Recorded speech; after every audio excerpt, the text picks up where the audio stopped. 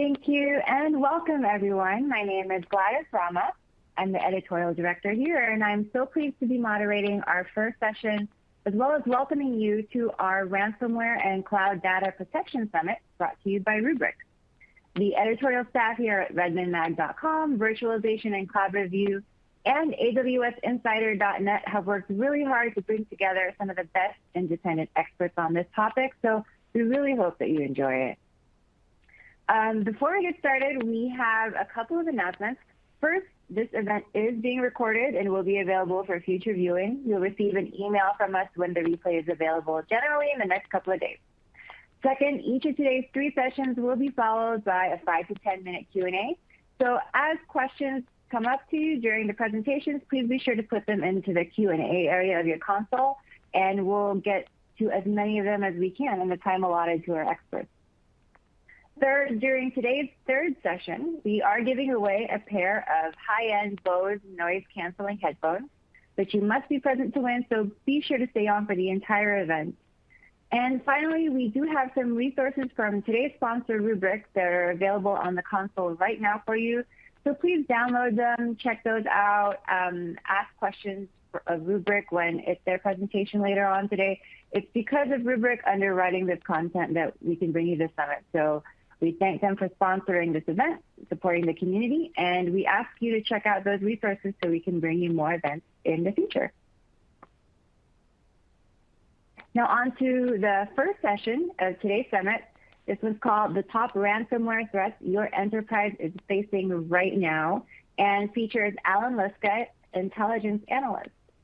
Besides being a frequent speaker at our summits here, Alan has also regularly appeared on PBS NewsHour, CNN, ABC, NBC, and CBS, and has been quoted in the Financial Times, Bloomberg, the Wall Street Journal, the Washington Post, and the New York Times.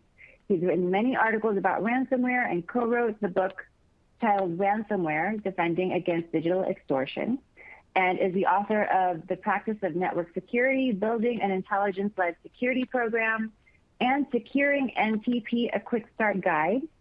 And he's the co-author of DNS Security, Defending the Domain Name System. Alan, the floor is yours. Thanks, Gladys, and thank you all for attending today. I've really enjoyed these sessions, especially the Q&A section at the end. There are always some really great questions from the attendees, so I'm really looking forward to that. Looking forward to discussing where we are with ransomware so far this year. I know it's still early in the year, but got a lot going on already, and we want to jump right in and get started. So there are a lot of indicators that the number of ransomware attacks dropped in 2022 compared to 2023.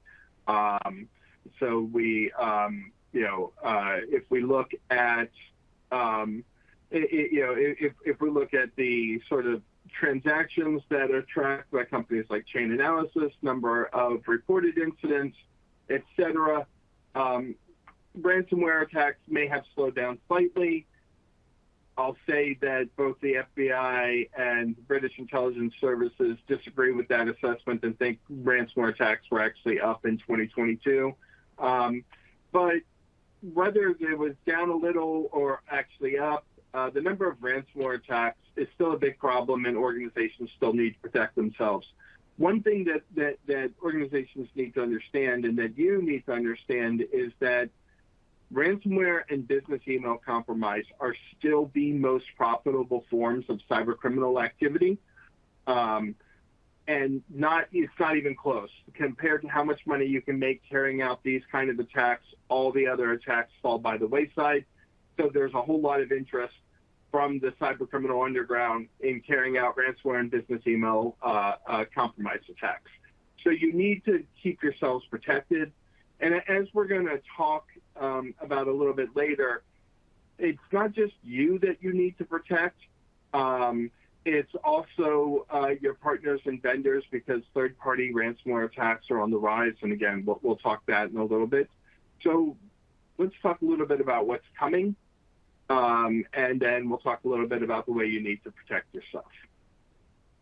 We're seeing more and more groups move toward extortion-only attacks, and that is data is, we use the term stolen, but what we mean is that it's copied off the network and held hostage by the extortion groups.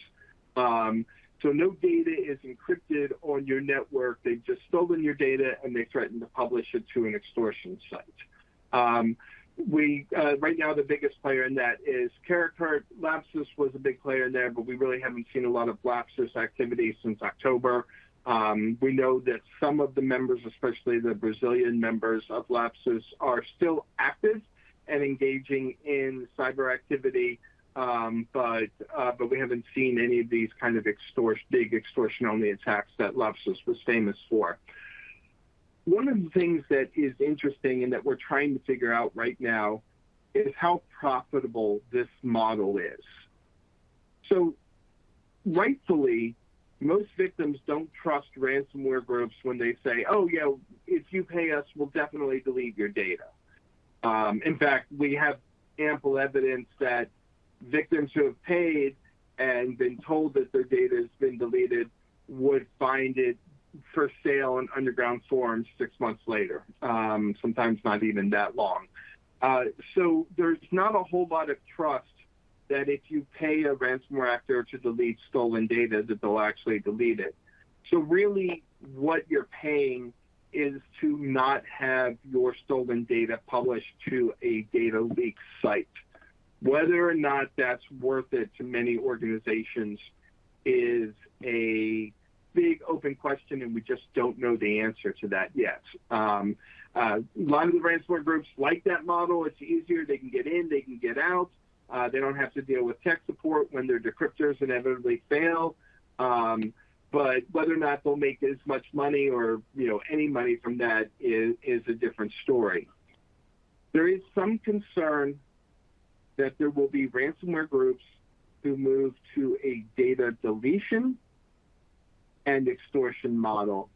So instead of encrypting data or copying data off, they will copy the data off and then they will delete.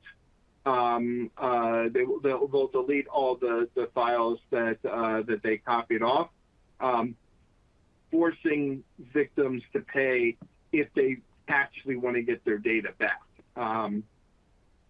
That could be super concerning for a lot of victim organizations. And how quickly can you restore those files, if you even have the ability to restore those files, depending on backups and so on. We haven't seen that happen yet, fortunately. We also don't talk about this publicly. On a closed webinar is one thing. We don't talk about it publicly, like on Twitter and blog posts, because we definitely don't want to give the bad guys any ideas. And unfortunately, they listen to the same kind of news sources you do. So we'd rather not have that out there as, oh yeah, I could do that to make more money. So we're going to try and hopefully avoid that.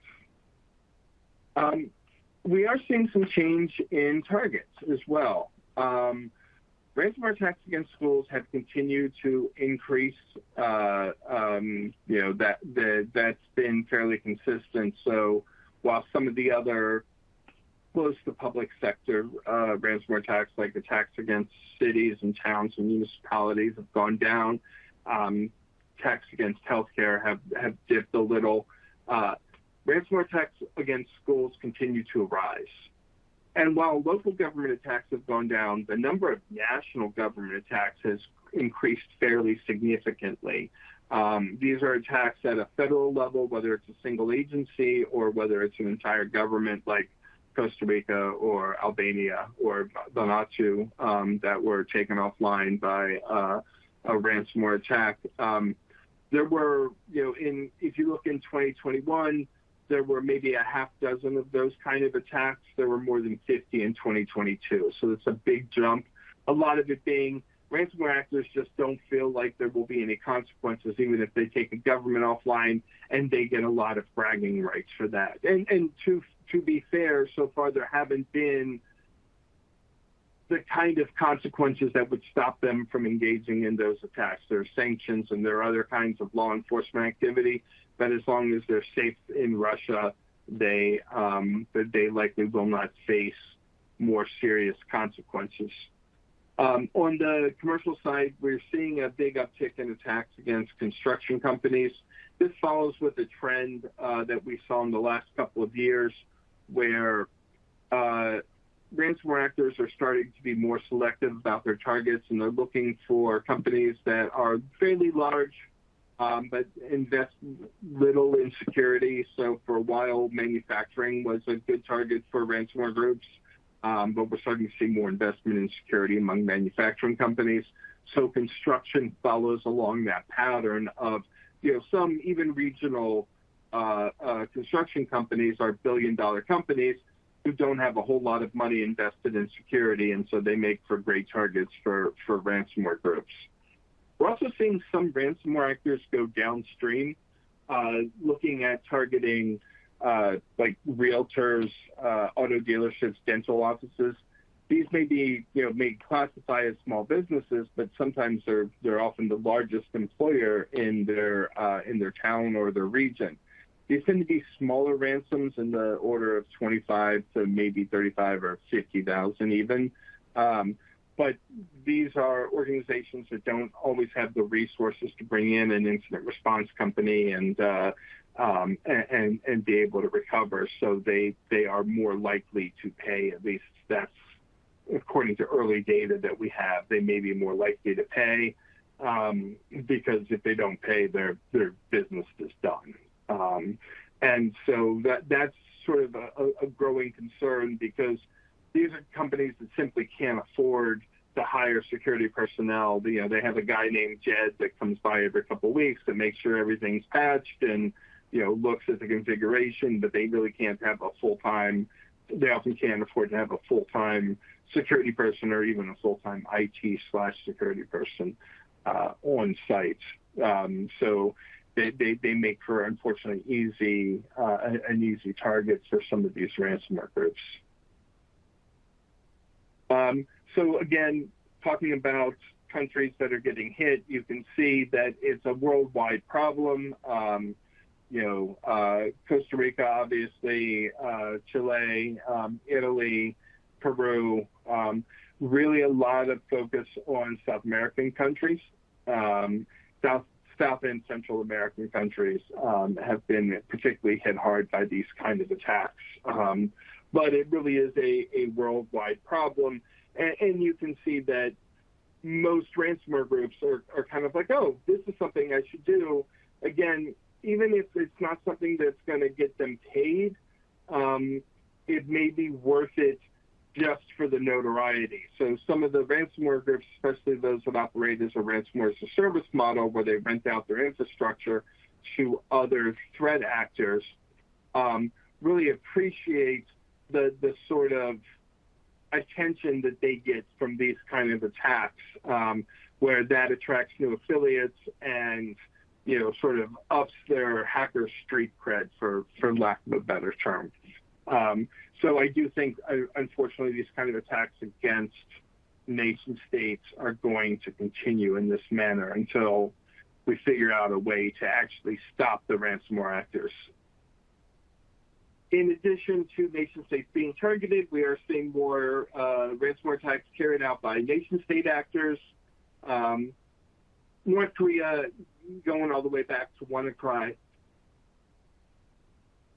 has been involved in ransomware for a while. North Korea does it because they need money, and ransomware is one way to do that. So, ransomware is kind of just one way that North Korea raises funds. They also steal from cryptocurrency exchanges, and they engage in other kinds of theft that's going to generate funds for Kim Jong-un and whatever other nonsense he wants to get up to. When we look at ransomware attacks from China and Russia, these tend to be more distraction attacks, where they want to look like it's attributed to a cyber criminal, but really there are espionage purposes behind that, whether it's a well-timed disruption or whether it is distracted the ransomware to hide the fact that you stole a bunch of data from this particular target. Russia in particular has used the Prestige ransomware in both Ukraine and Poland. China tends to focus on Taiwan with their ransomware attacks. And again, this is just an example of nation states using ransomware as another tool in the toolbox. With both China and Russia, you couldn't even pay a ransom if you tried. North Korea will happily take your money. Please don't pay them. You will run afoul of the Treasury Department because it is a sanctioned entity.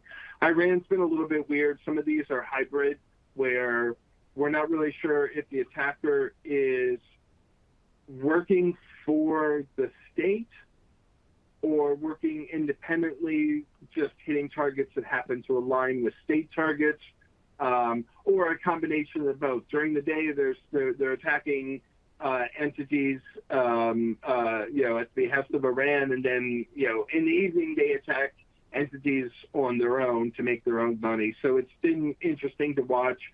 A lot of the targets that Iran has gone after have been strategically important to the Iranian government. So whether you're talking about targeting victims in Israel or targeting energy companies, there is a lot of there is a lot of overlap with these attacks that we've tracked with strategic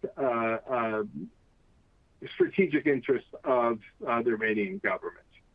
So just something to keep an eye on, especially if you do see a ransom demand from Iran or from North Korea. Remember, they are a sanctioned entity. Please talk to the FBI.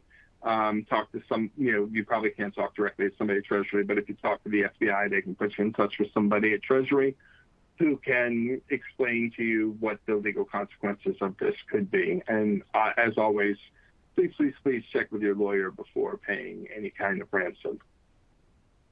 We're also seeing a big growth in the ransomware as a service model. Lockbit has now passed 1,300 victims posted to their extortion site, and extortion sites are a fairly unreliable measure of the total number of victims. The number of victims posted to an extortion site is maybe 1/10 of their total number of victims. So, think of 1,300, there's probably, 10,000 or more victims that Lockbit has, that Lockbit has encrypted and threatened and extorted. So we are seeing a big rise in some of these ransomware as a service models. The problem is that right now, with the exception of Lockbit, anytime a ransomware as a service model gets too big, it gets taken offline. So you look at most of these ransomware as a service offerings that got really big. They were either taken offline by law enforcement, by internal strife, or a pissed off Ukrainian researcher. Either way, again, except for Lockbit, you kind of see that there are limits to the ransomware as a service model, which has driven much of the growth of ransomware in the last couple of years. But we're seeing kind of the upper end of that. What'll be interesting to see what happens to Lockbit. As I understand it, there are definitely a number of investigations going on into Lockbit and its activities now. And so we may see more types of law enforcement action taken against them. But we're already seeing a lot of fissures within the Lockbit organization now. In November, they had their builder leaked because they refused to pay one of their contractors. There's a lot of strife that's going on between Lockbit and some of the people that do work for Lockbit, because Lockbit is notorious about not paying. If you look for the Lockbit files, it's a really interesting analysis by a researcher who managed to gain access to be one of Lockbit's affiliates and kind of documented the whole process. Really, really good set of stories, worth reading, gives you a really nice insight into the way that not only Lockbit thinks, but the leader of Lockbit, but other members of Lockbit as well. It's worth a read. What's interesting, though, along with that, is ransomware is getting smaller as well. So because of all of the challenges associated with the ransomware as a service model right now, some ransomware groups are opting out of opting out of being part of a large RAS group and choosing to go on their own, which, again, makes perfect sense if your ransomware as a service offering is got the potential to get shut down or destroyed by law enforcement or something like that. You don't want to get caught up in that, so you just kind of set and start your own group. One of the things that enables that is there is a complex ransomware ecosystem, a set of marketplaces really, where even a novice ransomware author or actor can get support they need. So if you need initial access, you can buy that from an initial access broker. If you need help developing a back end that your ransomware could communicate, there are developers who can assist with that. Even if you need to rent the services of a negotiator, there are people on underground forums that offer their services, whether you need somebody who speaks native English or native French or native German, you can temporarily hire a negotiator.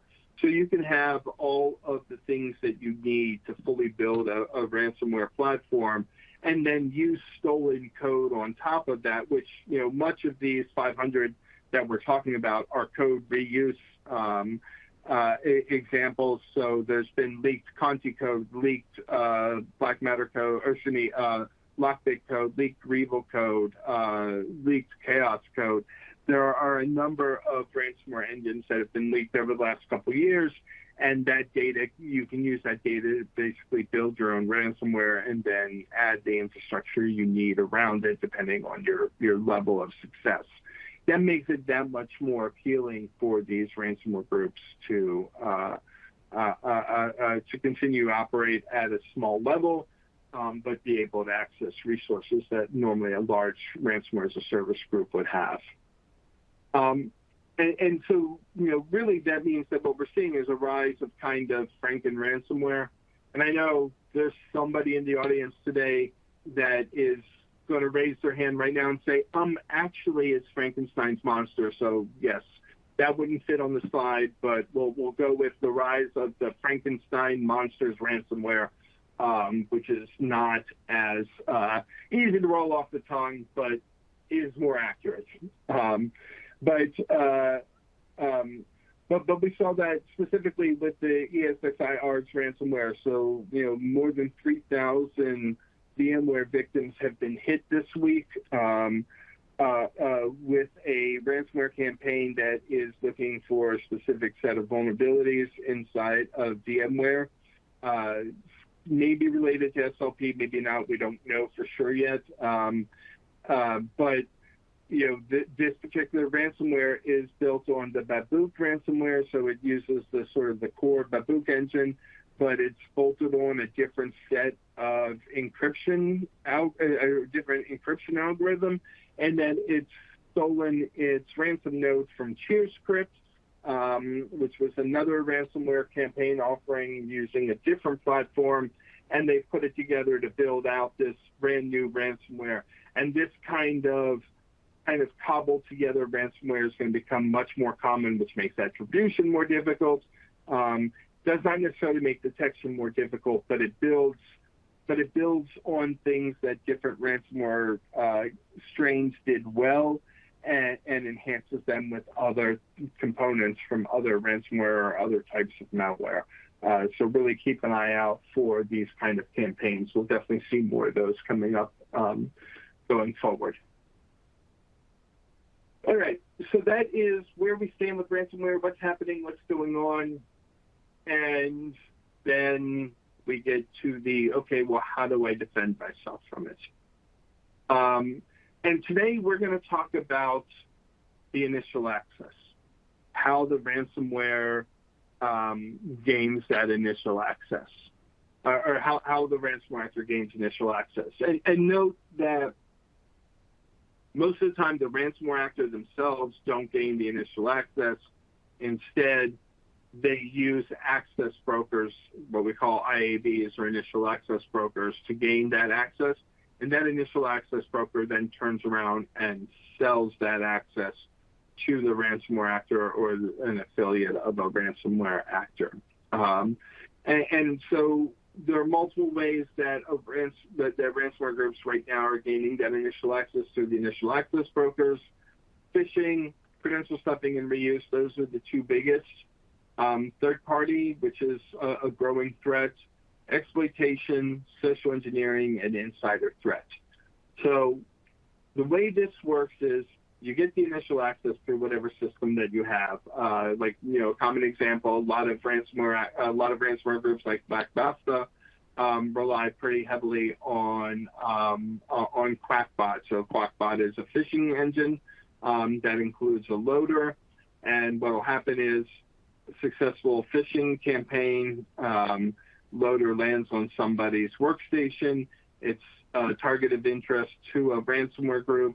That ransomware group will then buy that access from the Quackbot team and then move around the network and carry out the attack.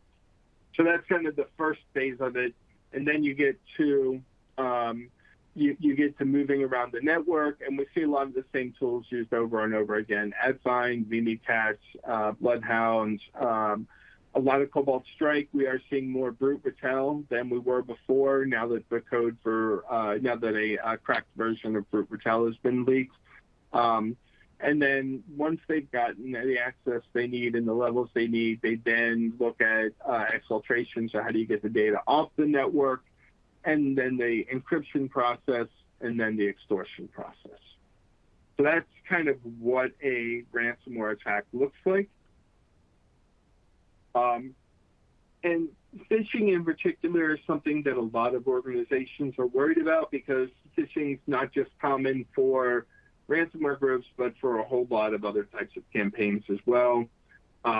We do see a lot of phishing with ransomware, although we're starting to see more credential stuffing, credential reuse than phishing, but your mileage may vary. So phishing is often delivered through Microsoft Office documents. Now that macros are disabled by default on Microsoft Office documents, that is a less common method of initial access. Instead, we're now seeing OneNote used more often.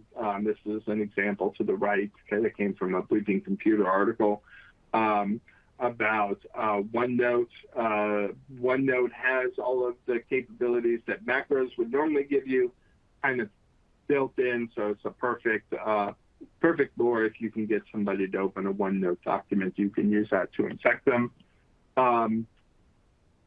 We're also seeing Google Docs and other cloud services being used. DocuSign is increasingly being used. Dropbox, also another example of a cloud service being used. So here's a link to a DocuCloud document or a Dropbox document, a document on a Dropbox folder that you can pull down. So you want to really look for those. You want to stay aware of what the latest kind of threats are right now, and make sure you're blocking the ones that are particularly problematic for your organization. We talk also a lot about phishing training programs. There's some concern about the efficacy of phishing training. So make sure you fully understand whatever phishing training provider you're using, what the actual efficacy rates, how do they help improve, because not all training programs are created equal. And there's been some discussion that some phishing training actually makes the phishing outcomes worse.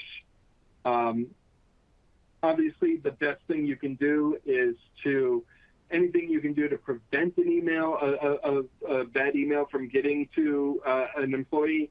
That's the best way to go about it. It's just, there's so many phishing campaigns now that it's sometimes hard to fully get through, fully protect against all of them. But again, keep in mind that phishing is still a common tactic, and be aware of what the latest lures are and what you can do to protect your employees from them. Remote desktop protocol and other forms of remote access are even more popular than phishing at times. The credential stuffing, credential reuse is a real easy attack for a lot of these initial access brokers, and there are literally billions of credentials available in underground markets. We saw this in 2021 with Colonial Pipeline, where an employee's credentials were leaked to an underground forum or underground market. And the attackers were able to use those credentials to log right into the VPN. There was no multi-factor authentication for that particular user, so they were just able to waltz in with those credentials. So again, credential stuffing, credential reuse are a really big deal. Also look at cookie reuse or cookies or session reuse. Bad guys aren't just selling usernames and passwords anymore. They're also selling session cookies, which again bypasses a lot of multi-factor authentication capabilities by, yes, I have the right credentials and I have the right session cookie, so you can just let me kind of walk right in the front door here. Hopefully that is hopefully that is something that you're looking at. Multi-factor authentication can help with some of that, but it's not often enough. You need to really be monitoring for these kind of credential leaks for your organization. I love Troy Hunt's service, Have I Been Pwned? It's a great service. It's available to most organizations at no cost, so you can look and monitor for these dumped credentials. Just again, keep that in mind. Third-party ransomware attacks are also growing problems. So what happens is, and this is the sort of the ransomware actor is taking a playbook, taking a page from the nation-state threat actor playbook, where they land in an organization, realize that organization has a lot of connectivity to some really interesting targets. So rather than do anything to that organization, they stay quiet, or as quiet as they're able to stay, and then use the access that that organization has to jump to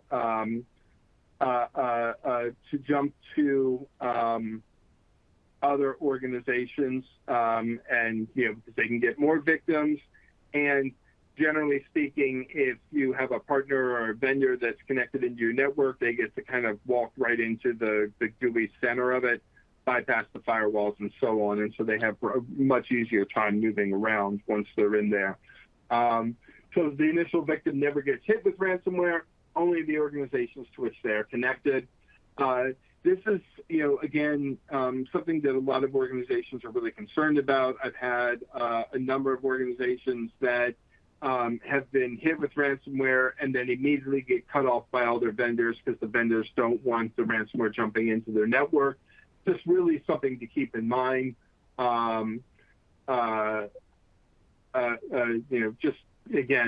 Just something to keep in mind before, as you're working with your vendors and as you're renewing contracts, understanding kind of what security policies they have in place, especially if they're connected into your network, and what kind of compensating controls you may have in place for any vendors that do have connections into your network. How are you going to isolate whatever credentials they use, whatever systems they use to keep it safe from the rest of the network?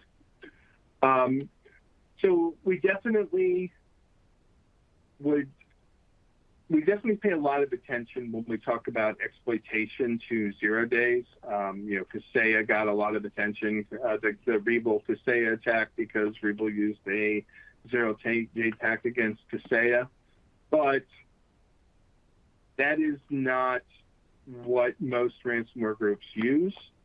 When we talk about exploitation, well-known vulnerabilities, Pulse Secure VPN, Sonic Wall Secure Mobile Access, Fortinet VPN are constantly being barraged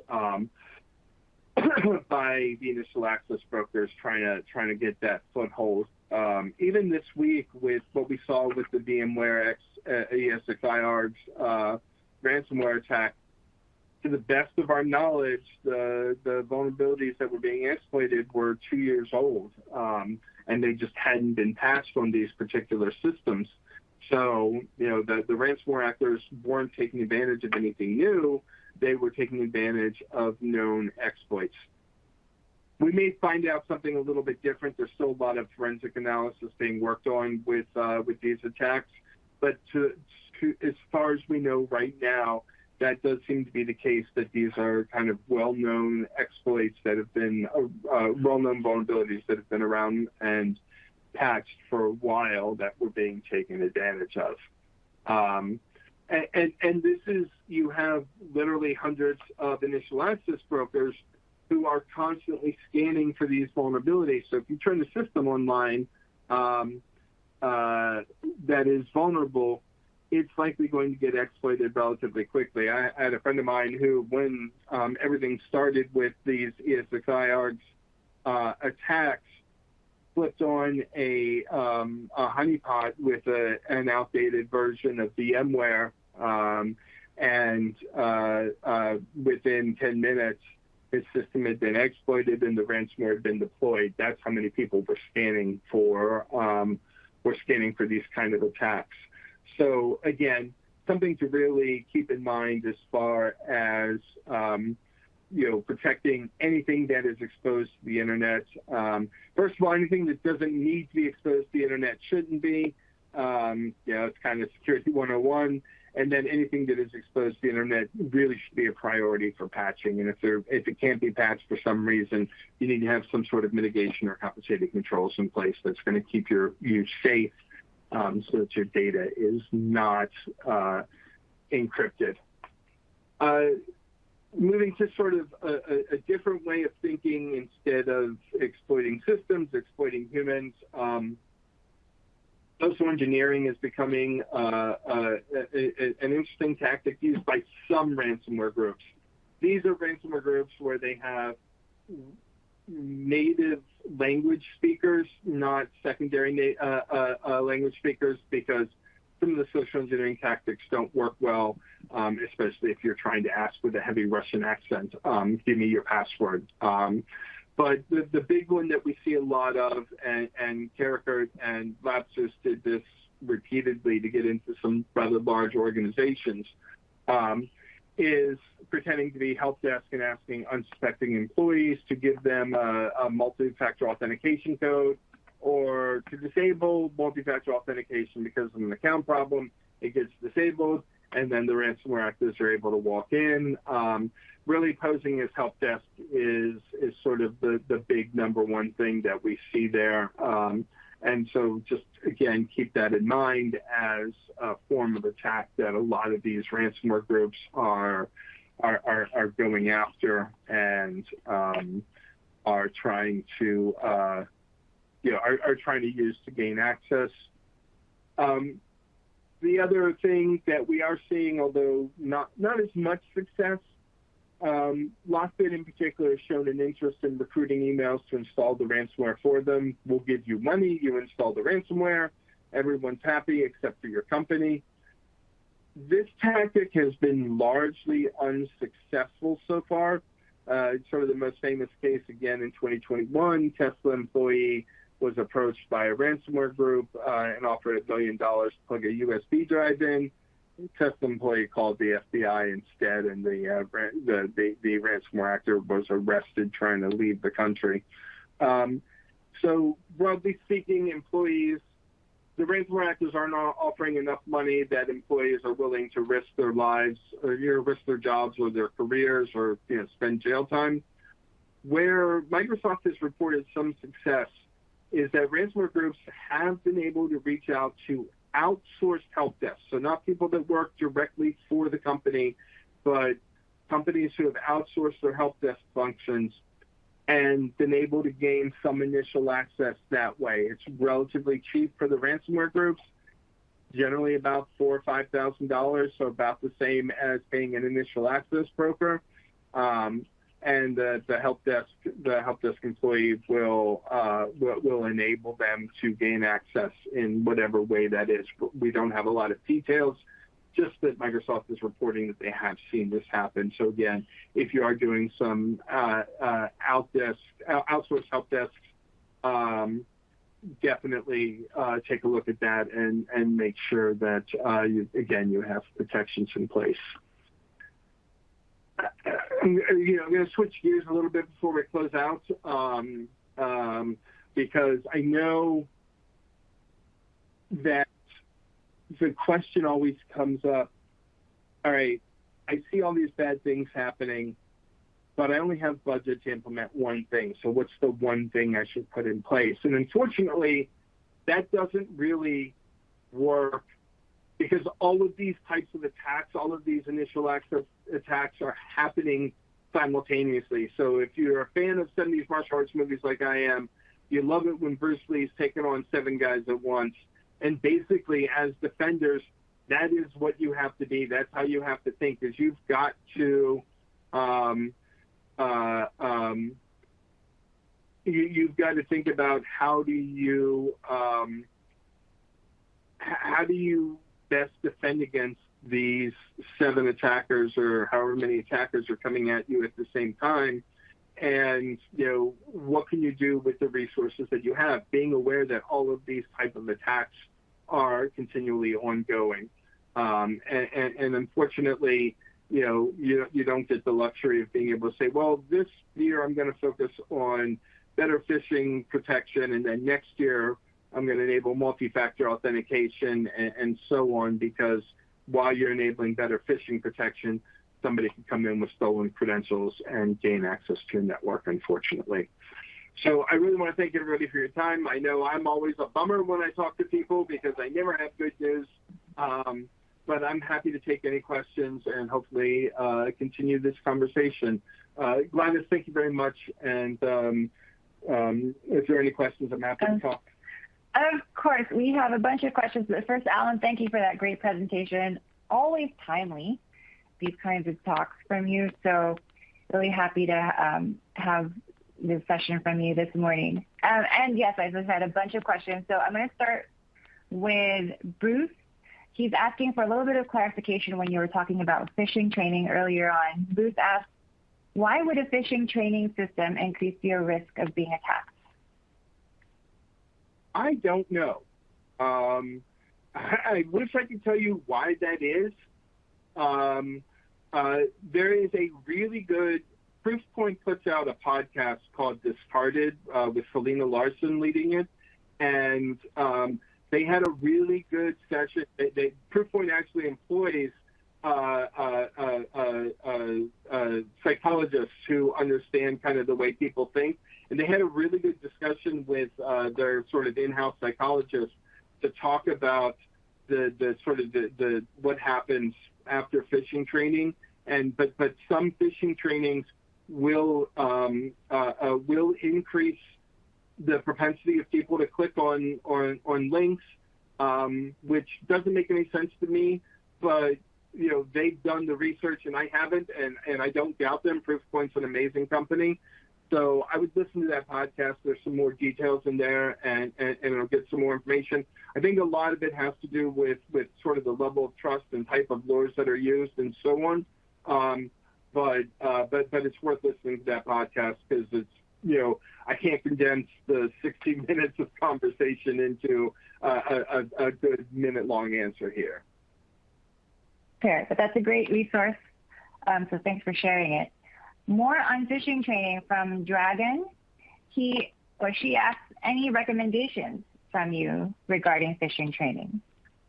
Yeah, so I know that Wiser offers different levels, WIZER offers different levels of phishing training, including phishing training to kind of get the basic level.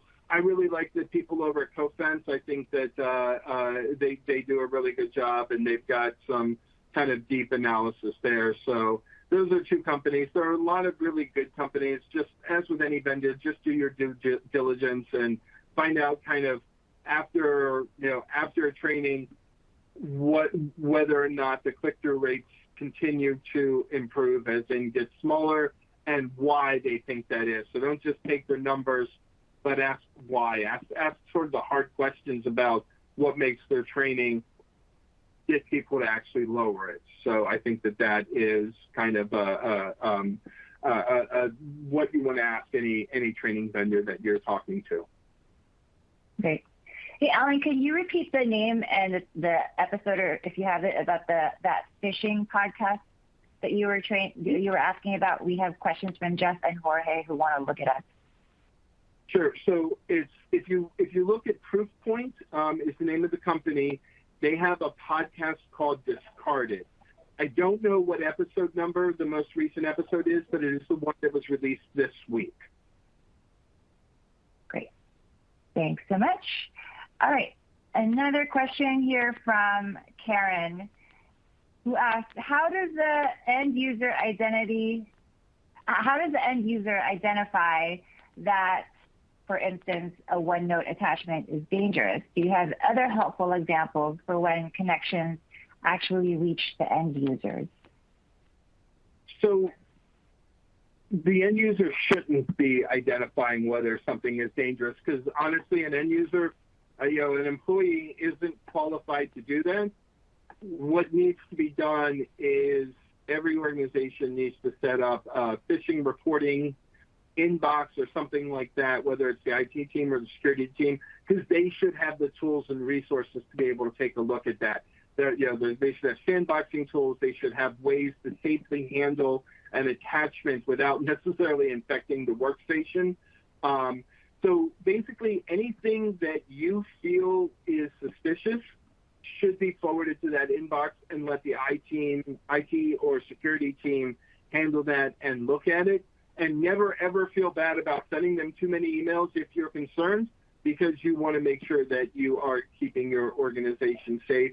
And I just tell people, anything that kind of sets off your spidey sense, especially be aware of anything that is trying to elicit an emotion out of you, right? Because that's where phishing is most effective. This invoice is 90 days overdue. You need to pay this now. Like anything like that is that's like designed to go, oh crap, I need to get this done real quick, or an email that pretends to be from the CEO. I've got 2 hours in this meeting. I need you to buy these gift cards now for me.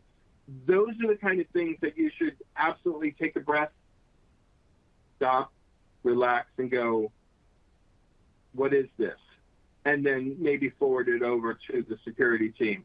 Yes, if you accidentally get it wrong, then somebody may be mad at you, but just say, hey, look, man, it looked a lot like a phishing email, and I think most people will understand. I know in my company, we would always understand if somebody kind of missed the deadline because they were waiting for the security team to do an analysis because they were suspicious of an email. But that's the way phishing works, right? Just like ads, they are trying to play on your emotion, but they're trying to play on that get you to react without thinking. Great. And hey, thanks for that reminder, Alan. I have a bill that's 90 days overdue, so I got to pay it real quick. Let's see here. We have another follow-up question from Karen. How does one identify ransomware actors that pretend to be help desk? Your help desk team should have clearly defined rules that are well communicated to employees. My assumption is every organization I've ever worked in or worked with, nobody will ever ask you to turn off multi-factor authentication. Nobody will ever ask you for the password, and nobody should ever ask you for your multi-factor authentication code. So if somebody is calling you up saying, I'm from the help desk, and they're asking for those things, again, the help desk should clearly communicate, we will never ask you for these things. If somebody is asking for you, hang up on them and tell us what the phone number they called from was. And if you are having a problem and you are concerned, call your help desk. Say, hey, thank you for calling. I appreciate it. I will call the help desk back. Do not rely on, if there's like an email that you just got from the help desk saying, oh, we need your MFA, or you can call this 800 number. Do not rely on that. Look at your sort of internal company webpage for what the actual number for the help desk is. Right. And Michael actually just chimed in with a bit of advice on that same level. Alan, you just said, read the message and call the vendor if unsure, or call the source if unsure. I think the overarching message here. Right. And again, don't rely on any else from them, because we have seen some of these phishing campaigns where they insert themselves into a conversation and make subtle changes. So there'll be an ongoing thread. The person on the other side gets compromised, and the bad guy starts replying in those threads, but you'll see they've got a different phone number and everything like that. So don't just rely on your most recent email. You either want to go back a while back, or you want to look at the company directory or something like that. Right. Excellent guidance. Jeff comes in with an observation and a question. He says, the question I'm getting a lot here is it the case where it's one click on a bad link and we're screwed? Or does it require successive levels of engagement by the unsuspecting user? So the one click gets you the loader, right? That is, loading something bad on your laptop, but that does not mean, or your endpoint, that does not mean that, oh no, we have ransomware. It means that's the first stage of the attack. There are a lot of detection mechanisms. We talk a lot in security about defense in depth, but ransomware defense really is defense in depth. We only talked about one part of the attack today. So just because somebody, an email gets through, somebody clicks on a link, and that loader's installed, does not mean that the ransomware actor is going to be successful. It just means they got a foothold in your network. The security team should have multiple layers of defense. They should have ways of detecting that loader if it does get installed. Hey, our EDR caught this. Let's go ahead and isolate this machine, take it offline, blah, blah, blah. Or when they start deploying their tools, hey, somebody's running Cobalt Strike in our network. Let's go ahead and isolate that machine, take it offline, figure out what's going on, and do our forensic analysis. So you're not necessarily screwed because an email got through your protections and somebody clicked on a link. You are screwed if you don't have that defense in depth and you aren't you aren't able to see kind of past that first stage to these other stages. Great. Yeah, kind of a macro philosophical question here from Ernesto. He asks, at a country level, what can the U.S. do to make other countries enact and enforce laws to protect data in a world interconnected that is a huge exposure? I don't know that there is anything that can be done. There are a lot of there are a lot of joint there are a lot of joint agreements that are in place. But the only countries that are signing those are the ones that want to go after the cyber criminals. Like Russia's not signing on to any of these agreements. China's not signing on to any of these agreements. I've joked very publicly, including with Rob Joyce, the director of the NSA, that all it would take to shut down ransomware campaigns is one drone strike against one ransomware actor. And I know there's a whole lot of legal issues with doing that. But if you were to take out one ransomware actor very publicly with a drone strike, because we know where these bastards live, like they aren't good at hiding themselves, that would end ransomware pretty quickly because they're all a bunch of cowards and they'll run scurrying through the woods. But short of that, I don't know that we have a good solution. So the kind of things that we're doing right now where we're doing takedowns, of like the Hive ransomware a couple weeks ago, or we're doing sanctions against the team behind Conti and TrickBot earlier this week, where we make it harder for them to not only make money, but to launder their money. Right now, those are the best things that we can do, and there is a lot of international cooperation agreement with that. Like if you look at the Hive takedown notice, there were 10 different countries on there, most of whom don't agree on anything, but they all were like, screw the ransomware guys. So, if we can get Germany and France to say, yeah, we're with you on this, then that's a good sign that, at least on ransomware, there's a lot outside of Russia and China, there is a lot of country cooperation and information sharing going on. Great. I'm going to try to squeeze in a couple more questions here because you got a lot of good ones. From Rick, okay. He's asking about services like Have I Been Pwned? Similar services to that. Do they provide monitoring services where you get a notice that your domain accounts and emails have been found for sale rather than having to log into a portal and manually checking? Yeah, I think it's an extra charge. I don't exactly know what the fee structure is for Have I Been Pwned, and I don't want to say something out of bounds, but I do think there's an extra charge for that. But they do offer monitoring services where they'll send you an email if something's been compromised. So it's not just going to the portal. You can get an alert to your organization if one of your domains or multiple of your domains have been compromised. And of course, it's not just have I been pwned. I know that's just one that is relatively affordable for everybody. There are a lot of really good companies now that offer services like that. I think those are incredibly invaluable to give you that heads up, with the caveat that you have to take action, right? It's not just enough to get the alert. You have to take action and make sure that you're getting accounts changed, account passwords changed, and so on when an alert happens. Right.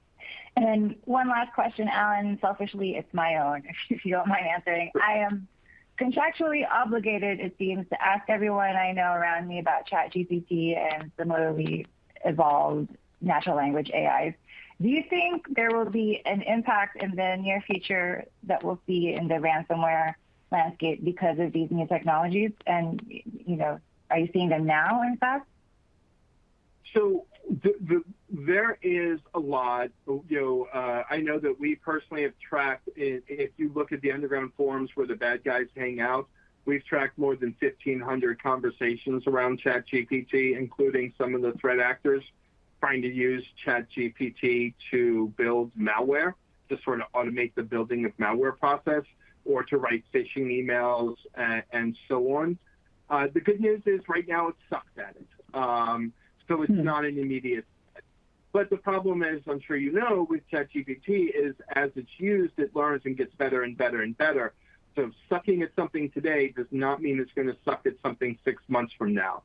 But, there's some examples you can find if you search Twitter for ChatGPT phishing, and the phishing emails are kind of laughably bad. The good phishing answers right now, unfortunately, writing way better phishing emails.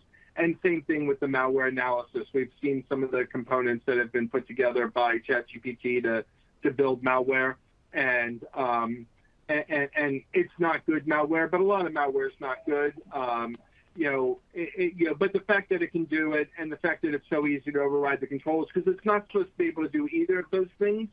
So if you say, build me malware, it'll say, I can't do that. But if you say, hey, my boss wants a proof of concept malware put together for it, can you do that? And then they're like, oh, yeah, I can do that, no problem, because it's a proof of concept. They're not trying to build malware, which, you and I know is a distinction without a difference.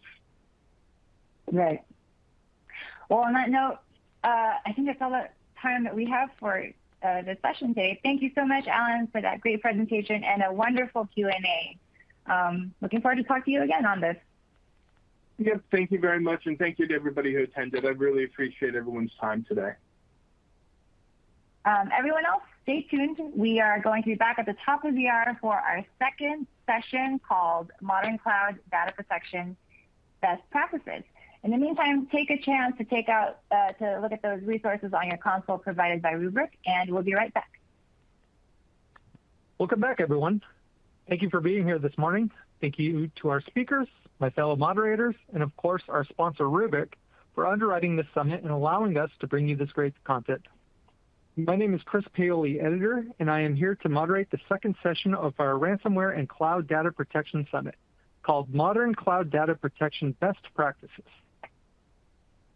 Our speaker for this session is Joey D'Antoni, Principal Consultant at Denny Cherry and Associates Consulting.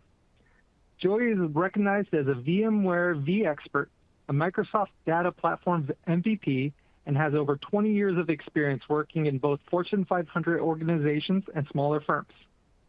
He has worked extensively on database platforms and cloud technologies and has specific expertise in performance tuning, infrastructure, and disaster recovery. Take it away, Joey. Hi, everyone. I'm Joey. I'm going to be your speaker today. I'm Principal Consultant at Denny Cherry and Associates Consulting. I've been a Microsoft Data Platform MVP for around since 2013, and I've worked in data and cloud technologies since For about 20 years. So it's been a while and I've done a lot of things. I'm just going to jump right in. I'd like to thank Rubrik for sponsoring this event. They make really interesting products, particularly in this space. I'm in the process of writing a white paper for them right now. We have a lot of modern data protection challenges. As Alan talked about with ransomware, this is something that is become very, very prevalent across all manner of industries, and no one is immune to it. We're going to talk a little bit about vulnerabilities and threat actors in today's session, but what we're largely going to talk about is the mitigations you can take to protect your data and protect your environment. The biggest thing, as Alan mentioned, there are so many attacks that are happening all the time, and we have a lot of risk in that we have email. I kind of jokingly suggested the other day to a colleague that if we revert back to only being able to use plain text email, we might be able to mitigate some of these ransomware concerns. Also, Gladys kind of spoke with Alan about ChatGPT, and one of the things I agree with Alan, and I don't think it's going to be an immediate threat to ransomware and malicious software, but where I do think it could be a threat is we've all seen terrible phishing emails, with bad capitalization and terrible grammar, where it's very obvious that it's, clearly an attack vector. I think the ability to be able to produce fairly well-written emails is probably the bigger concern to me, which means those attacks are going to be all the more likely. I don't really know what from an attack perspective you can do, but there are lots of things you can do to mitigate against email. So there's even some things that are going on, like if you're using Windows 11, Microsoft is making some mitigations against malicious processes getting launched out of your email and Office applications by kind of containerizing those applications. That's happening at the individual desktop level. But what we need to do is make bigger mitigations across our entire stack, and that's kind of what we're going to talk about a little bit today, along with some data protection. So the attacks never seem to stop. There was some good news this week in that there is some prosecutions, like Alan mentioned, and that will definitely hamper the bad guys by limiting their ability to make money. And they do make money, as we're going to talk about on the next slide. But just this week, VMware EXXi, particularly I think if you're on older versions like 6.0 and in the lower 6 versions of VMware, were attacked by ransomware. Over 500 plus were hit. This article was published last Saturday, I believe. This was a big vulnerability. We actually had to do some mitigations in DCAC.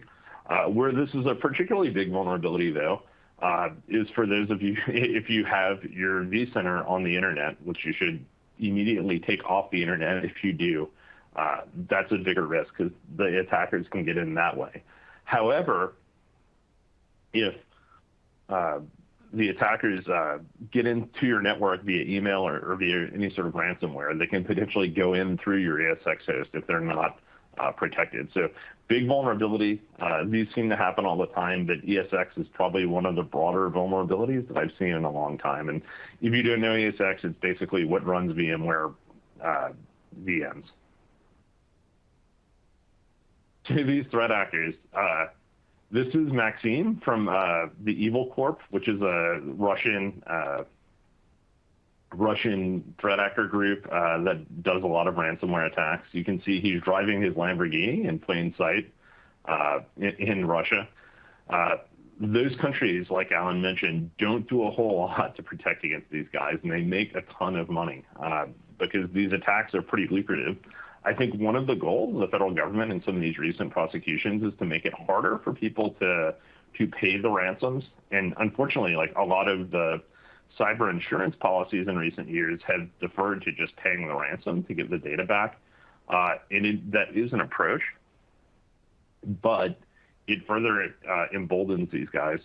And a lot of what they do is not just provide ransomware and make these attacks. They've really moved into providing ransomware as a service model. They, understand the notion of software as a service and how that's a wonderful software or a wonderful business model, and they've kind of done that themselves. So the cost associated with this, or the profit associated with this, is very high. And some of these folks are nation-state actors, like some of them are associated with the Russian and North Korean intelligence agencies. Others are just private actors that are kind of off doing their own thing, as much as you can be a private actor in say, Russia. So protecting your data is a full-time job, and this isn't just ransomware attacks. Ransomware attacks represent a pretty big component, because I think one of the reasons why is they're so prevalent and high profile, right? If you get ransomware and your entire network gets shut down, your business can kind of stop. And it's important to think about that, but there are a lot of other ways here that we see things. Cloud misconfiguration is very common. You can simply do a search for S3 data breach or Azure Blob Storage data breach. In fact, Microsoft themselves recently were the victim of an Azure Blob Storage data breach where I don't know what team it was, but somebody left a bunch of sales information in a public Azure Blob Storage container, which is really, really not good, because it's not like at least with Amazon S3 buckets, I will give them the excuse that in the past they defaulted to being open to the internet.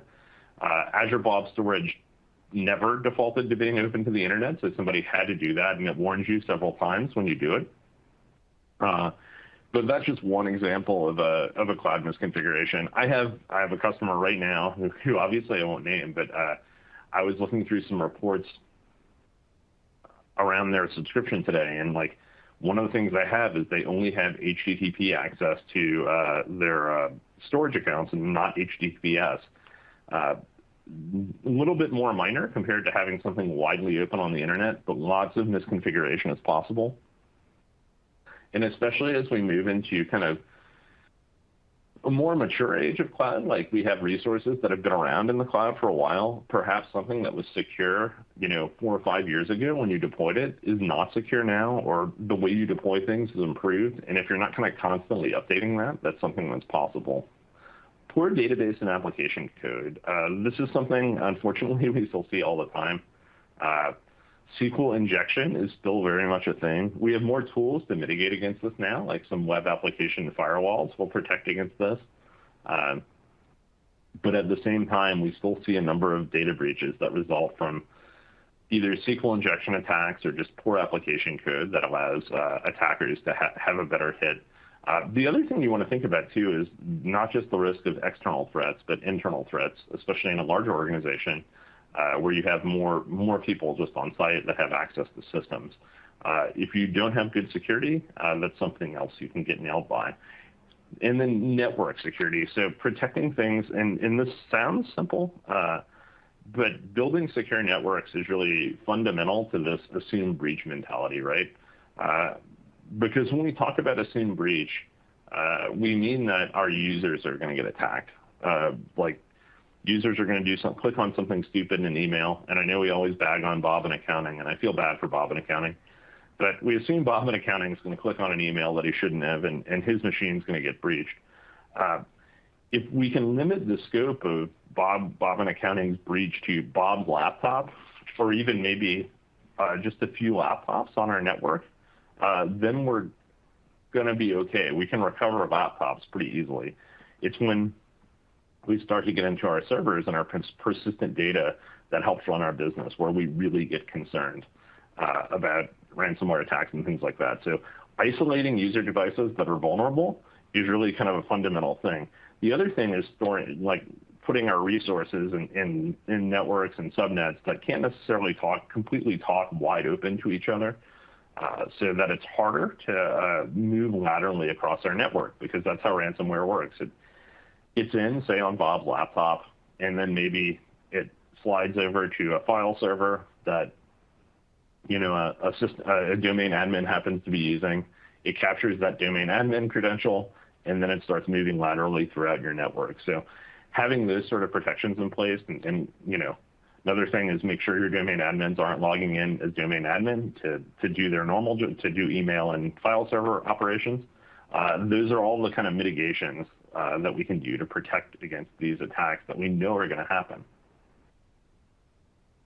So taking this a step further, I've always really wanted to have a moat around my house. I thought that would be a really nifty security measure to protect me from, intruding armies.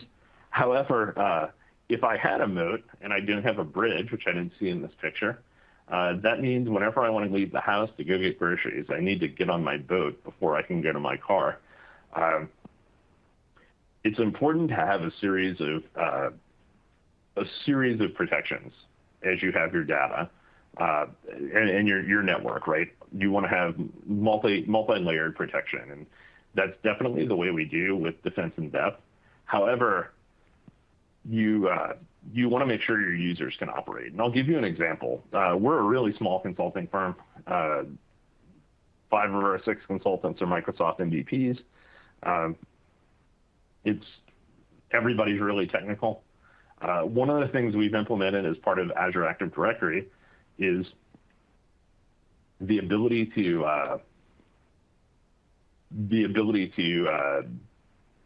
make risk assessments on logins. And there's a conditional access thing that Microsoft recently added that can make you force a higher login strength if a login is deemed risky.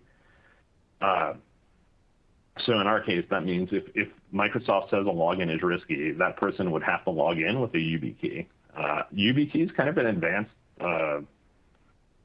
advanced way of authenticating, but it's also passwordless, and it's also very secure, and it's kind of unbreachable. So you have to have different sets of rules for different levels of users. Typically, when we talk about this, we kind of separate users into 3 groups. Users, IT administrator or IT high privilege users, and then executives. Your executives are probably the most at risk of a targeted attack. We had a client whose CEO had her cell phone SIM hijacked so that they could bypass, the attackers could bypass MFA because they were using text message MFA, which is not a really fully secure methodology for doing MFA. And that's something that's at high risk. So you want to protect your executives. Fortunately, they're a small group. Sometimes they can be hard to train in terms of using some of these advanced security methods, but they are very important. And of course, your IT admins. With your IT admins, you have a number of approaches you can take. One of which is kind of just-in-time roles. And this is an approach where, you're maybe not a global administrator or you're not a domain administrator until you need to be, and then you're only in that role for a time-limited fashion. In Azure, this is done using privileged identity management, but there are a number of third-party tools that you can also do it with. You can simply do it by using a separate account to log in, and you don't want to cripple your business users. So something I saw recently was a customer where they were forcing all their users to MFA every time they opt for anything, and all that does is aggravate your users, and it doesn't necessarily buy you any more security. So that is definitely something to kind of think about and manage. But you want to have layers of defense and assume that you're going to be breached. So that assumed breach model really comes into when we start talking about zero trust approaches, and really that's where I really start to dive into network stuff. And I know I'm talking about data, but data lives on networks, and separating those networks is where we get protection, which leads us to our next slide, which are air gaps and immutability. And so what do these terms mean? I'm going to go old school because I've been doing this for a while. The way we did air gapping back in my day, angry old man style, was we would back up our data to tapes. We would put our tapes in this metal fireproof box, and some guy from Iron Mountain would drive around and take our metal box of tapes and then bring them to Iron Mountain, where our tapes were stored securely off-site. Those tapes had 2 factors going for them. One, they were air gapped. So when they were in that metal box, they were not connected to our network, so nobody could get to them other than the people who had physical access to them. And even then, they couldn't mount them because we had encryption on them. And they were immutable. Nobody could write to them again. So immutability simply means, to use another old kind of CD-ROM term, write once, read many. When a file is marked as immutable or a file system is marked as immutable, You can read it, but once it's written, the bytes on it can't be changed. So those are, I don't want to say immutable stuff is completely immune to ransomware, because who knows what they can do. But for the most part, it is immune to ransomware because you can't encrypt a file that you can't write to. So you can't change any of the bits on disk.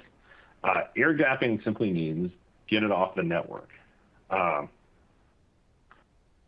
And this can be more challenging because if you want to write a backup, it has to initially be on some sort of network connected device, but you want to get it offline as soon as the backup's complete so that if there's an attack that's moving laterally, it can't reach out and encrypt your backup. So that's the main kind of approach there. And how do you protect your backup files in this manner? And there's a number of different approaches you can take. I know a lot of backup vendors like Rubrik have this. You can kind of build your own using cloud solutions. We've had customers that back up to one S3 account and then snapshot that data to another account in a different Amazon account or like Azure subscription. But the big thing is you want to really limit who has access to your backup files. This isn't perfect. If you get attacked, you're still probably going to be down for a while you get all that stuff in place. But you will have a clean copy of your data, and that allows you to have kind of additional layers of protection in the event of an attack. And another approach to that is just to especially in a cloud, you can spin up a new environment pretty quickly, which brings us to the next slide. Cloud can provide risk and mitigations. So one of the things I really like about the cloud, and I know I'm talking a little Azure heavy, but it's where I spend most of my life. Amazon has a lot of very similar offerings in these spaces. Infrastructure as a service and platform as a service can offer really good security offerings at a much lower price of entry than traditional enterprise solutions. And this kind of goes across the board, and that's kind of the major thing, especially if you're a small to medium-sized business. If you're in the cloud, you can take advantage of a lot of typically platform as a service offerings that you might not have had available to you through a traditional on-premises provider. So some of the things I'm thinking of are like the web application firewall solutions I mentioned earlier. There's advanced load balancing solutions that are available to you in the cloud that maybe have that web application firewall stuff built in. There's firewall services. Those are typically more affordable in an on-prem world, but they're easy to implement and integrate into your solution. Things like encryption of disk at scale, which doesn't really buy you too much, but it does help you meet that audit checkbox that you're probably going to need for your cybersecurity vendor. Those are all things that are easier, and more importantly, you don't have to manage. So you can have all of your encryption certificates managed by the platform, and you don't have to have somebody who's dedicated to keeping subscriptions up to date. Obviously, you may, if you're a large organization or you have tighter security requirements, you may want to bring your own encryption key, but you don't have to, and that's a real benefit. There are also additional third-party products that can offer additional value around backup and security in the cloud. So you can use the cloud-native services from Microsoft or Amazon, or you can choose to use those third-party solutions. These are all kind of easy to implement things. And one of the benefits is you can try them too, I think, whereas you don't have to buy a specific piece of hardware to do it. The other part of the cloud that is the risk part, I know I've talked about all the nice, happy, shiny things that the cloud offers, is risk. We talked about those Amazon S3 buckets and Azure Blob Storage that people left open. There's a lot of ways you can misconfigure things. For example, Microsoft Azure that I hate, I like Azure, I hate this component of it. If you create a new virtual machine using the portal, which is the website, by default, you get a public IP address. There's no reason for them to do that. And that really makes me unhappy. So that's one of the common risks. But most of the cloud providers will give you a comprehensive list of things that you have that don't align to security best practices. Fair warning, Some of those are like, you should buy this additional premium cost service from us. And sometimes you should probably have a service of that manner in place. And if you don't, it can make sense to buy it from the cloud provider.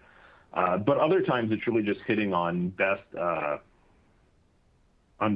best practices that you're missing. So it's important to have good testing in place and have penetration testing, have third-party auditors that come in and check your stuff to make sure you're in place. But the cloud gives you all the tools you need to be secure. This was a not my favorite story to write. Your software as a service data is not immune. And this is a Redmond column I wrote last month, or in December, sorry, I'm forgetting it's February, about Rackspace. So on or about December 3rd, I believe it was, Rackspace, or December 6th, I see in my headline. Or no, so the 3rd was the attack, sorry. Rackspace's hosted Microsoft Exchange services went down. It was very widely thought in the security community that this was a ransomware attack, and then finally on December 6th, they admitted what was the case, that they had been hit with a ransomware attack. I can tell you based on what my research on Reddit, which probably isn't the best source, but it's the best source I have available, everybody still, we're like 3 months later, everybody still does not have their data back. So they have made selected data available to some customers in the form of Exchange PST files, but not everybody has all of their data back. And everybody has moved to new email services. In most cases, they moved everyone to offer. Their offer was to move people to Office 365. However, a lot of people still don't have their email archives, and that really stinks. I got to, as part of the research I did for this column, I got to speak to their chief product officer, and I have the direct quote in my Redmond article, and you should look it up. But I kind of directly asked him, did you have backups of this data? And he answered the question with something that really shook me up. He said something to the effect of, we take advantage of the high availability that's built into the database availability groups in Exchange Online, which, yes, that does help you stay online in the event of a server failure or network failure or anything like that. But what that doesn't protect you against is a ransomware attack where it takes down your entire environment. That's what you need backups for. You want to ask those hard questions of your vendor, like, what is your backup policy? How quickly can I restore my data? What is your data loss policy? Those are hard questions to ask of your vendor, but you definitely want to. I know Office 365 and Gmail, I did a lot of research around those services. They do have non-data loss protection policies available. You also, in both of those services, have the ability to take your own backups. This isn't a perfect operation. It's typically a daily operation where you go through the vendor's API and export out all of your information. Almost every backup vendor has tools in this space, at least for the major software as a service platforms like Office 365, Google, and Salesforce. But you want to integrate those backups into your data protection model. This is one of the reasons why I would, if you're using a third-party backup vendor, I'd recommend using their product for your software as a service backups that you can back up. And just so you have, kind of a single pane of glass for that. And there's not always magic in the cloud. There's some really cool technology, and I appreciate a lot of what the vendors have done. But the Rackspace thing was really disappointing to me because whenever we talk about cloud and security, we talk about a shared responsibility model between you and the cloud vendor. And typically, if you look at like the typical cloud security model, it's that they're responsible for physical security, and in software as a service, they're responsible for basically all the security up to user security. There's not a whole lot you could do. Rackspace, to me, didn't meet their responsibility there. They didn't have it seems like they had one large environment that had hosted all of their customers. So as soon as they were hit, all of their customers were down. That's not a good approach for doing cloud.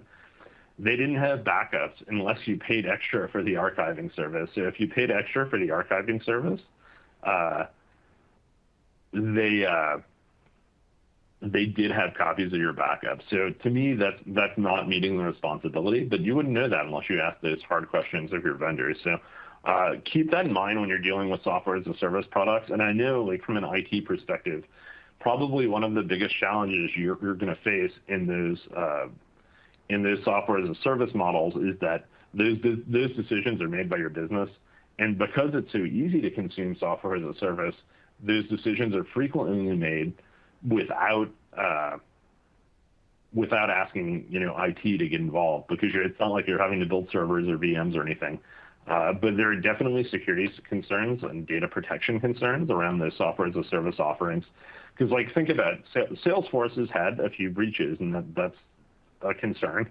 But if you have your company sales data, CRM is mission critical data, right? That's your customers, that's their contact info. It can even be some contract management info and pricing info. You want to protect that data, and in the event that they have a failure, you want to be able to get it back very quickly. So keep that in mind for all of those services as your company moves into software as a service offerings. So do you know what and where your data is? And I did put R in parentheses here because when I was in college, I did learn that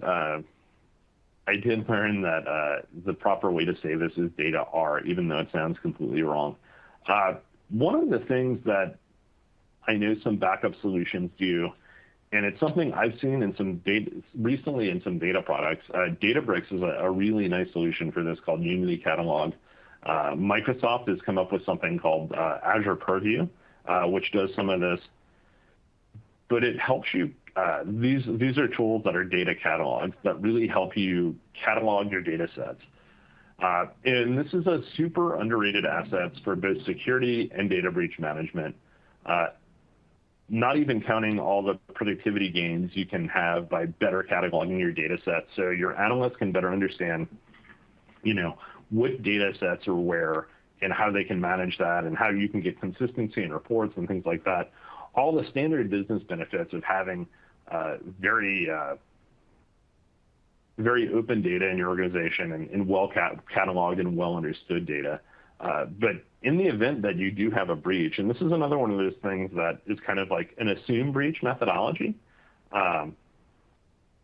If you're breached and your data is carefully cataloged and you can identify what lives where and you know what data is breached, there have been instances with GDPR fines where organizations have had what they thought were large data breaches, but because they had a catalog and they were able to identify what data sets were breached and clearly identify the scope of the breach, the fines those organizations faced were much more limited compared to as if they had breached, their entire data set.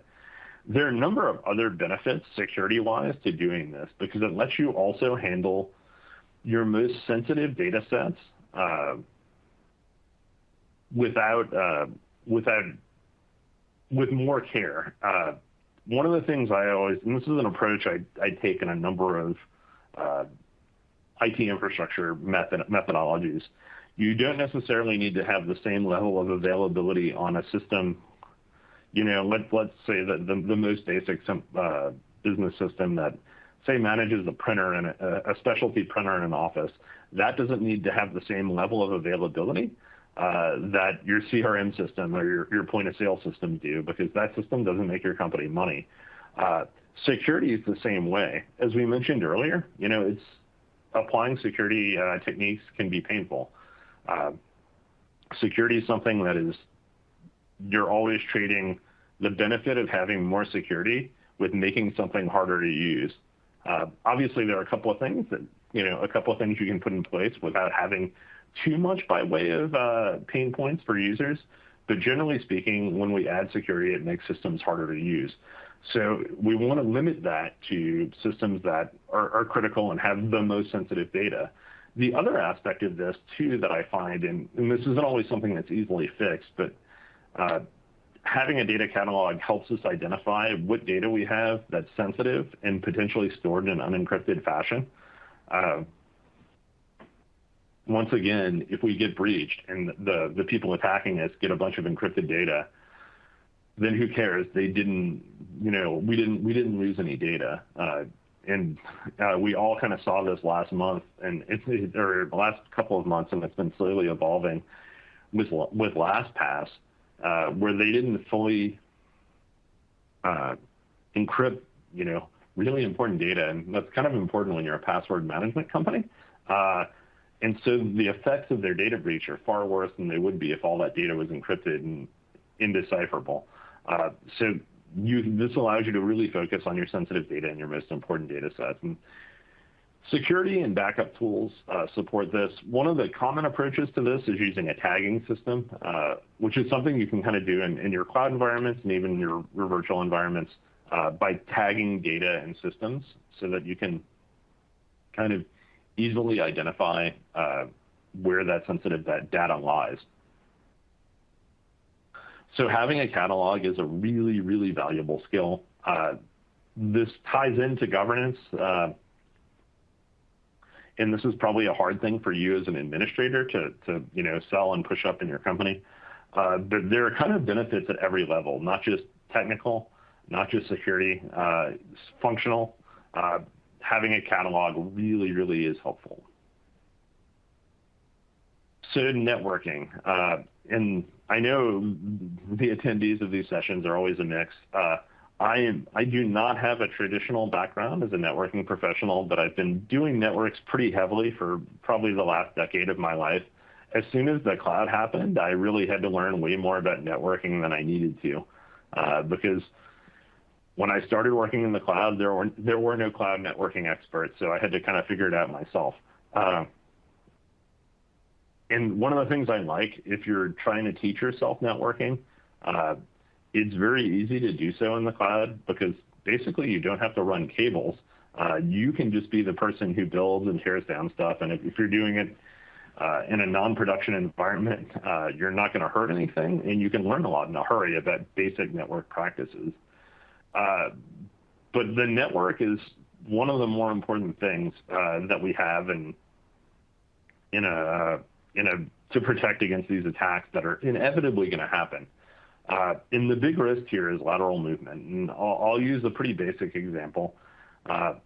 Let's say you're a domain admin or a SQL Server admin, and you log into your machine into Windows system management tools where you're managing AD.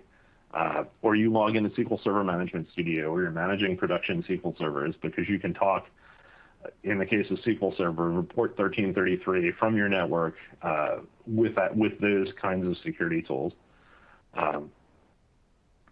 That means if an attacker assumes your identity or gets your Kerberos ticket from memory, that attacker can then touch that SQL server or touch those domain controllers and do those kinds of attacks, and that's what we don't want to happen. So how do we accomplish this? It's typically called network segregation, and it is definitely a harder approach. And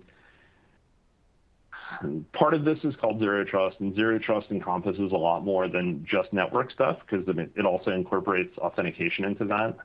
But with this kind of networking design, we only allow the traffic that we need between approaches. And I'm going to describe to you the process I had to use to log in to a SQL server at a large client that we had that implemented this sort of methodology. So first of all, this starts with the end user devices. So admins had two devices. I had a normal laptop where I did all my email and my normal work, and that was just like an end user laptop. I think I might have even been admin of that laptop. However, for any time I had to touch a production system, I had a separate laptop that's called the System Administrator Workstation.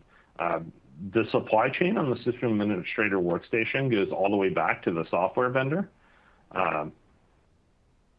so that you have to, like, the supply chain for those chips, those motherboards, those devices is fully trusted by the company.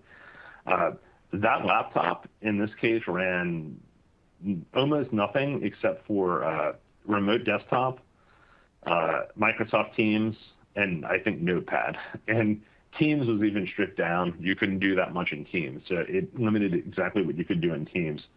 I had to log into that laptop with a smart card. Now that would likely be a YubiKey. So I had multi-factor authentication. And then to get to a production machine, I had to RDP to a specific jump host where I had to authenticate with a second set of credentials. I had a smart card authenticate. From that jump host, I went through another jump host where I didn't even know my credentials, but they were tied to my smart card in Scramble. And then I could get into prod machines. I know that sounds incredibly painful, and yeah, it took me like 5 minutes to log in. But it's incredibly secure, and that's the level of protection that you have in a zero trust environment. You maybe don't need to go that far, but some of the things you can do are make sure those networks are separate. Make sure your servers are not directly connected to your laptop networks or your VPN networks, right? So like, especially with more remote users, as we're kind of in a remote world, these are all things that are bigger risks because we have fewer controls, less physical security around machines, and we can have more risk in that space. There will be pain and errors, and none of this is free. So it has cost in terms of actual money, and it has cost in terms of hours to implement these sorts of security things. However, not losing data and not facing those GDPR fines, not being the news headline for a week or a month, or having people still talking about how you lost customer data 3 months later, like Rackspace. These are all the things that are worth it. And depending on, how high profile and how customer facing and how many IT resources you have, this is something that you might want to think about implementing. Even on a lower scale, using things like separate admin accounts is really, really beneficial and offers you a great deal of protection. So I tried to isolate this into five tips for admins before I take some Q&A, and we're good on time. So, and I see we have some really good questions. But these are 5 tips I thought about and tried to consolidate. And I didn't have my 6th one that I would usually have, but I'll mention them anyway. The first thing I'm going to mention always, and we'll call this tip 0 because it's the most important. You should be using MFA. I was in somebody's Azure subscription today, and they did not have MFA enabled for admins. MFA is included now for free. You don't actually have to pay for it. You mostly have to pay for it if you really want to use it effectively, but in order to have it turned on, you don't have to pay for it. You should use MFA, and this isn't just an admin thing. This is in your personal life too. You should use multi-factor authentication everywhere you can that's sensitive. Obviously, you don't necessarily have to use it for some bulletin board you log into, but you don't care. But your bank accounts, your brokerage accounts, anything where you have personal sensitive data and you can use MFA, turn it on. I'd also recommend, since I'm talking to a bunch of IT professionals, that if you can use passwordless methods of authentication places, use those. They're more secure. So I have, I think, 5 YubiKeys on my desk right now. I log into my laptop with a YubiKey. I can log into Azure. I can log into my Windows machine with just those keys and a PIN number. And those are really handy. But 5 tips for admins from this session after using MFA. Make sure your backups are air-gapped and immutable. You want to have your backups. This used to be something, it's kind of funny because this is something we almost went backwards on from the old days. When everybody used tape backups, their backups were all air-gapped and immutable because as soon as you took those tapes out of the tape library, they were air-gapped from your network, and for the most part, you didn't write over a tape. As we moved to disk and cloud-based backups, this was something that kind of changed. You could reach your backup devices from your network, and since it was disk, it was very easy to write over them. So backups being offline and unwritable, or a great deal of data protection from ransomware attacks. This is something that I think is probably the most important. The second is that flat networks are the worst kind of networks. And when we say flat networks, that means anything can talk to everything. You want those user devices segregated from those server devices that hold your critical data. You want those server devices segregated from those backup devices. It's challenging and hard to do, and you're going to break some stuff when you do this, but separating those network things out offers you a nice amount of protection from any kind of a ransomware attack, because the way they move is laterally. Your software as a service data isn't inherently safe. Ask those hard questions. Try to get in those business meetings where the business is talking to a software as a service vendor. You really want to have understanding around what their data protection model is, if there are third-party backups. And listen, you don't necessarily have to back up everything to a third party if you can establish a trust environment where you can recover your data. But there are definitely parts of software as a service data you want to protect with backups. Number 4, catalog and classify your data sets. This is something that's really important.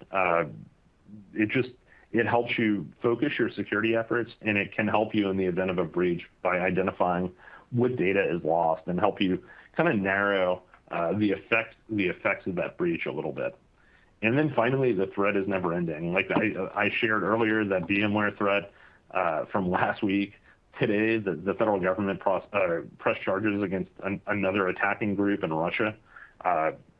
Those threat actors live, like Alan mentioned earlier, they're in these countries where they're kind of untouchable. In some cases, they're working for the governments of those countries, which makes them even more untouchable. And they're going to constantly attack, because this is such a profitable business, and this is why it continues to be an important threat. All right. With that, we have a good amount of time for some Q&A, and we have a number of questions, and I'll let Chris read some to me. Yeah, let's jump right into it. Dave wants to know, what do you do when the ransomware that changes the BIOS? He said that even though he wiped the drive, it reinstalls from a BIOS. Ooh, that's a nasty one. I hadn't heard of that. Always you could, it's going to depend on the scale of the attack. You could potentially flash the BIOS if you have that capability. One of the things on some of the newer laptops, and I knew Microsoft took a lot of flack for this when they rolled out Windows 11, but they have secure BIOS on the newer laptops that they're requiring for some of the features of Windows 11. And so that is an approach. In some cases, I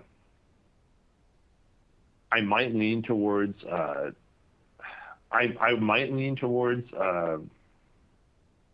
just disposing of the laptops if it wasn't a lot of them, just to eliminate that risk, because the cost is relatively low compared to everything else. Mm-hmm. Okay. Jeff has a good observation / question. Why isn't geolocation of an IP more prominent in security products?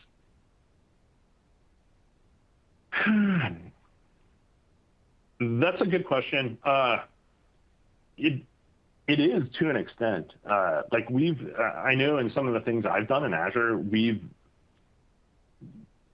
I really, because of the customer need, I can't really share the exact details, but it's a product that's got a firewall in front of it, but required public access. And one of the things we did was we blocked IPs by North Korea, Russia, China, Iran. Obviously, that doesn't buy you anything because VPN still exists, but it is something that is kind of supported. And I suspect a lot of the threat protection features that Microsoft uses are based around that, because they definitely do IP detection with geolocation in Azure Active Directory a lot. Okay, so it's out there, just not enough. Yeah. It's the real issue is like it's a good concept, but it's not a perfect solution to protecting stuff.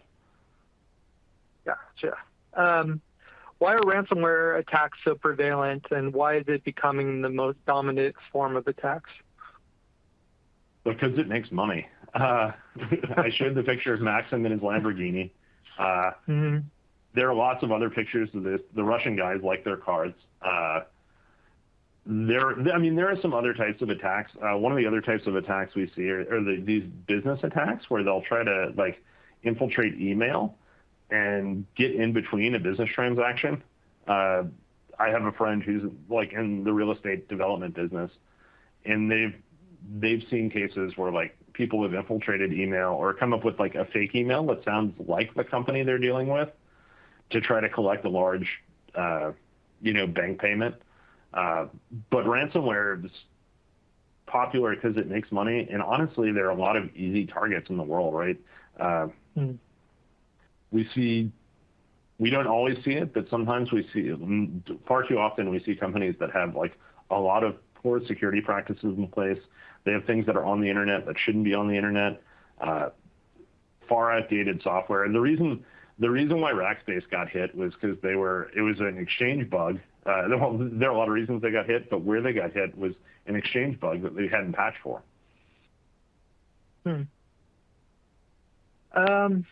Here's a good one about insurance.